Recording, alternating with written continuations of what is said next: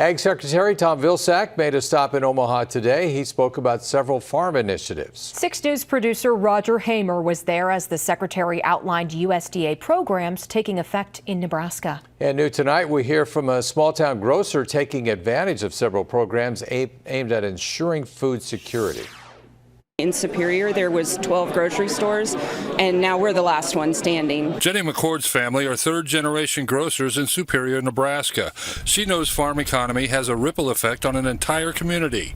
Being in an agricultural community, we know when the farmers are hurting. I mean, our business goes down. It's tragic. On Thursday, Jenny told Agricultural Secretary Tom Vilsack and others at a meeting on UNO's campus about how her store is able to thrive. We put in a compressor rack system, and we went from 18 separate water-cooled compressors to a 6-compressor Freon-cooled rack system. We have updated all of our coolers and freezers. We've gone from fluorescent to LED bulbs throughout our store. And next month, we will be putting in solar panels on our roof to reduce our utility bill and lessen our carbon footprint. Jenny says they were able to do all this through the USDA's Roadmap to Opportunities for Farms and Rural Communities grants. Vilsack also outlined how farms can modernize and increase income while also reducing environmental impact through what's called climate-smart agriculture. A system that will enable us to do a better job of explaining to farmers which ecosystem service markets make sense for them and to establish a set of protocols and standards so they will know what they're getting into. So this is a new source of income. Vilsack says some of that means thinking of farming in a new way. For example, turning farm waste into fertilizer or materials for fixing roads. There's also a project actually converting ag waste into a product that is similar to asphalt.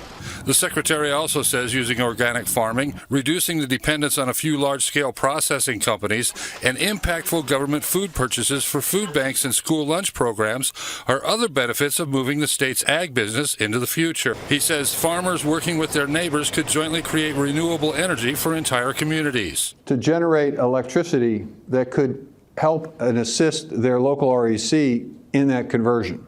And that creates an energy commodity, which is a new income source for farmers.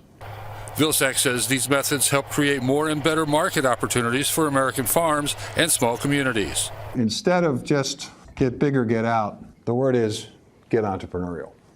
Vilsack says the country's role in the world food business is so critical both here and abroad that several $1 billion in rural development grants are being offered to help move farming into the high-tech realm.